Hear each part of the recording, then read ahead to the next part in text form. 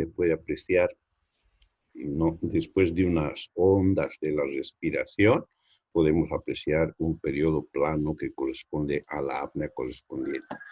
Nuevamente, después viene la respiración, de estas respiraciones superficiales, va profundizando, nuevamente va perdiendo, hasta llegar a otro periodo de apnea.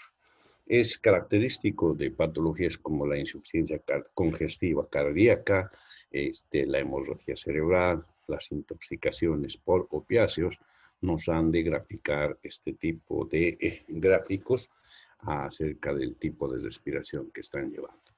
La de Kussmaul más bien es una gráfica en la cual vamos a ver ondas con curvas bastante prolongadas y elevadas, seguidas de pequeños espacios de apnea, ¿no? Respiraciones bastante grandes, profundas, ruidosas además, y que generalmente son un poco más rápidas, que están separados por intervalos parecidos. Se presenta generalmente en el tema del coma urémico y diabético, ¿no? La respiración de Biot, que es otra característica que vamos a encontrar principalmente en patologías en las cuales, como la meningitis, la presencia de tumores bastante importantes y que se caracteriza principalmente por breves pausas apneicas sucesivas, periodos intermitentes de respiración regular y profundidad normal, y que generalmente se van a ver configuradas, ya decíamos anteriormente, en patologías como la meningitis y la presencia de tumores, sobre todo tumores que van a ser ocupantes de espacio a nivel del sistema nervioso central. En la palpación habíamos visto también esta maniobra, la maniobra torácica, que sobre todo nos iba a permitir ver la ampliación, la ampliación sobre todo de la parte de los vértices pulmonares, al cual se le pone las dos manos en las partes superiores y se le pide una inspiración forzada y una expiración lenta para ver la coordinación y el sincronismo que existe en la mecánica respiratoria, de subir los vértices en un solo ritmo y también del bajar. En el caso de que haya lesión en alguno de estos, con seguridad vamos a tener un descenso más lento o va a faltar el movimiento mecánico de la respiración. Lo mismo se puede hacer en la parte de las bases, pero tomando ya la posición que está en el gráfico, poniendo los dedos pulgares por debajo de la línea subescapular y pidiendo al paciente que haga el mismo mecanismo, una inspiración y luego una expiración. Lo mismo con la misma técnica, pero ya poniendo los dedos pulgares en la línea media torácica, vamos a poder lograr también identificar la mecánica de la respiración en la región anterior del tórax. Y lo mismo se puede hacer para cada uno de los vértices, sobre todo para identificar ya sea el mecanismo o la presencia de algunas tubulaciones que podrían ser. Habíamos visto también el tema de las vibraciones. Las vibraciones, que era una metodología en la cual nosotros podíamos encontrar o describir el tono de vibración o el grado de vibración que producían sobre todo la emisión de alguna palabra. En este caso, la palabra 33 es la que se utiliza o utilizan algunos médicos para luego realizar a través de una auscultación o también a través del pulso directamente, ver la calidad de vibración que existe a nivel de... Luego ya, llegando al tema de los ruidos respiratorios, que es donde ayer habíamos quedado, hay que comentar que existen dos tipos de sonidos. Sonidos que son normales y también sonidos que son no normales, o sea, anormales. En los normales vamos a principalmente identificar el murmullo vesicular, que es un sonido que se produce sobre todo por el paso del aire a través de los diferentes conductos de las vías respiratorias que pasan por la laringe, pasa por la tráquea, los bronquios, los bronquiolos, inclusive hasta los alveolos. Este paso, cuando no existe ningún tipo de alteración, es normal, se lo conoce como el murmullo vesicular. En la última parte tengo un pequeño video donde vamos a poder escuchar este tipo de sonidos. Tenemos la respiración bronquial, más bien que es un ruido laringotraqueal, que es áspero y de tono elevado, generalmente siendo la expiración más prolongada y producida por el ingreso de aire en la tráquea y los bronquios principales. Eso lo vamos a poder identificar principalmente a la auscultación a este nivel o muy cerca a la bifurcación, por ejemplo, de la tráquea en los dos bronquios principales. Tenemos, después de estos ruidos, otros ruidos a los que se los conoce como ruidos respiratorios agregados o sobreagregados, ¿no? Entre los que podemos ver a los estertores secos, entre los que vemos a los roncos, que están originados principalmente en los bronquios de calibre mayor, o sea, más gruesos, y que están presentes en la inspiración o la expiración o en ambas. Muy parecido al ronquido al dormir que producen algunas personas y que generalmente se los conoce por eso como roncos, ¿no? Desaparecen después de toser porque generalmente se produce por la presencia de algún tipo de flema, algún tipo de secreción que oblitera o tapa estas vías. Por lo tanto, al desarrollar un golpe de tos, generalmente es presente en las bronquitis y el tipo de tuberculosis pulmonar, ¿no? Sobre todo. También tenemos otros sonidos que son las sibilancias.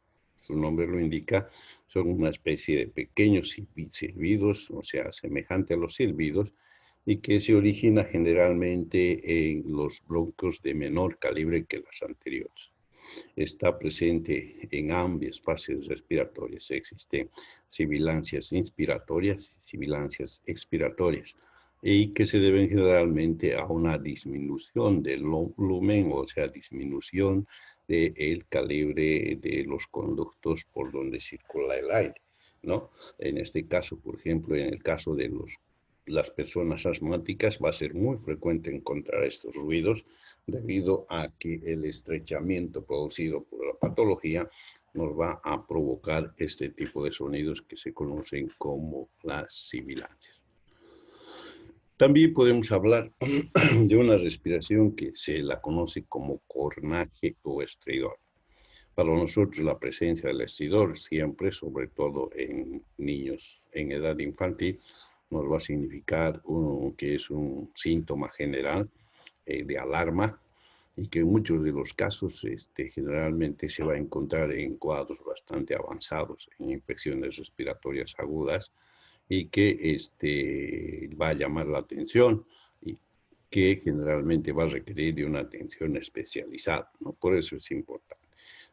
Semejante a un ronquido intenso, es perceptible a distancia, se presenta principalmente en casos de obstrucciones respiratorias superiores, como una laringitis, una traqueolaringitis o un proceso bronquial que está en evolución y que va a afectar principalmente a los bronquios principales o bronquios gruesos. Esto nos va a provocar un sonido bastante fuerte y áspero que es fácil de identificar.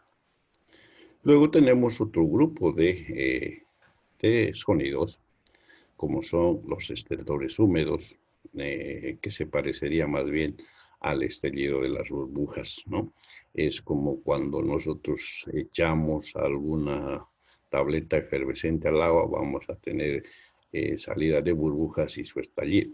Amplificado este sonido va a ser similar al que se produce cuando existen estertores húmedos, sobre todo cuando existen estertores de burbuja gruesa, ¿no?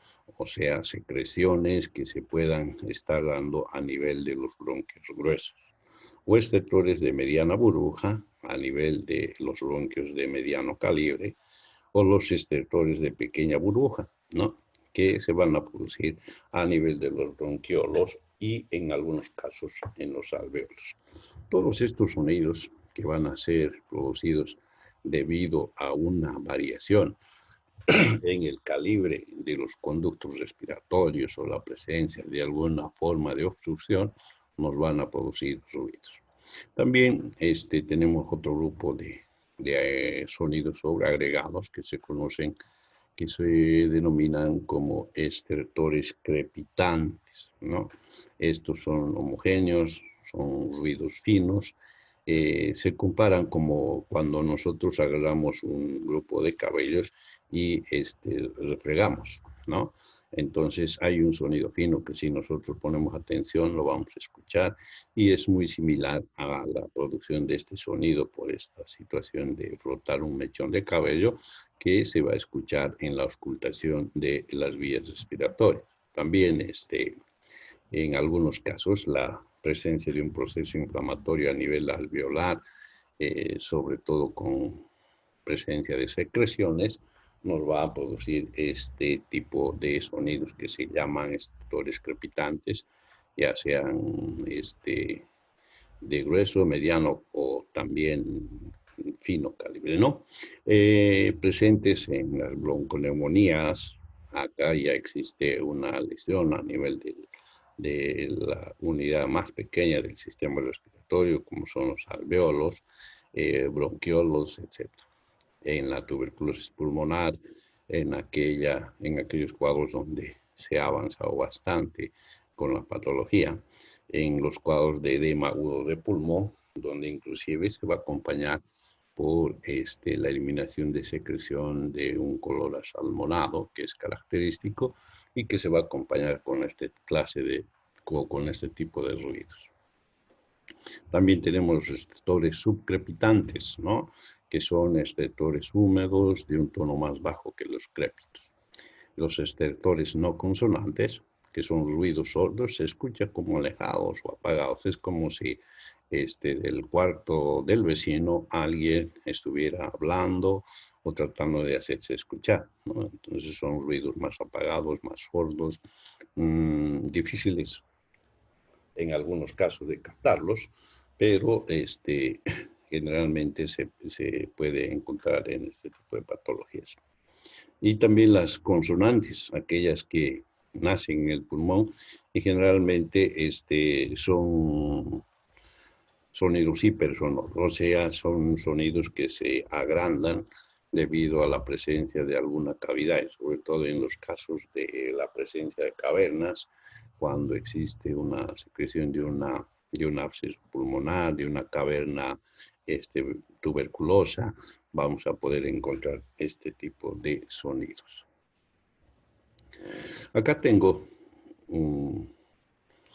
una muestra de algunos de los sonidos que hemos ido enumerando, que está a ver un momentito, vamos a ver si nos funciona, en el video y que nos va a permitir identificar sobre todo la presencia de sonidos respiratorios, ¿no?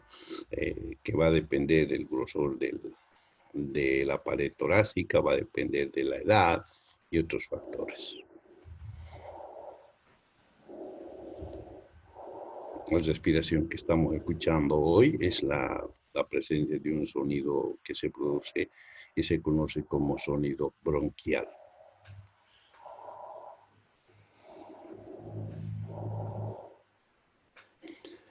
También tenemos como un sonido normal al sonido broncovesicular, ¿no?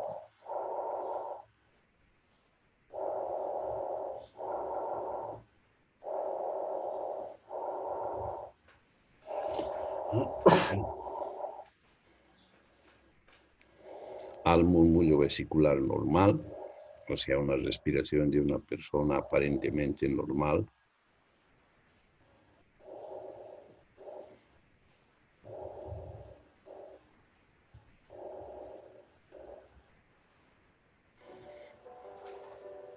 Y a continuación vamos a tener una serie de sonidos que se producen cuando el sistema respiratorio tiene alguna anomalía. Estos son los crepitantes. Es un sonido similar que se oye cuando estamos haciendo la auscultación. Crepitantes gruesos, los estertores. Los crepitantes finos, los estertores o subcrepitantes también se conocen.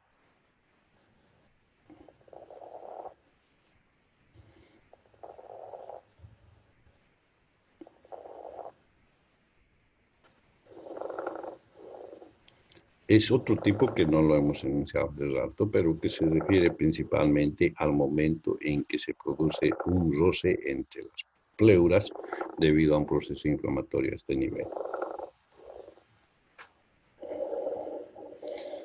Los roncus, que sí lo hemos enunciado, sobre todo con estertores secos o gorgoteo.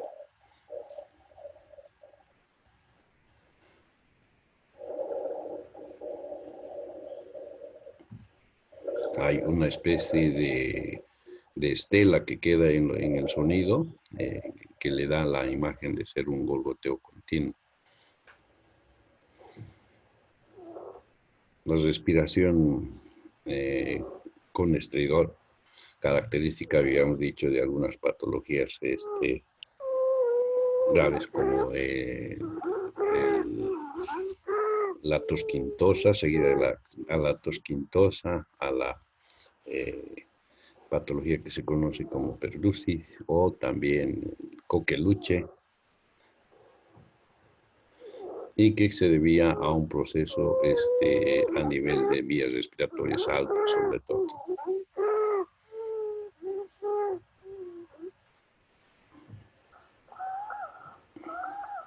La presencia de obstrucciones en algunos bronquios de menos calibre nos producían estos sonidos similares a las sibilancias, a los silbidos, que se conocen como sibilancias respiratorias.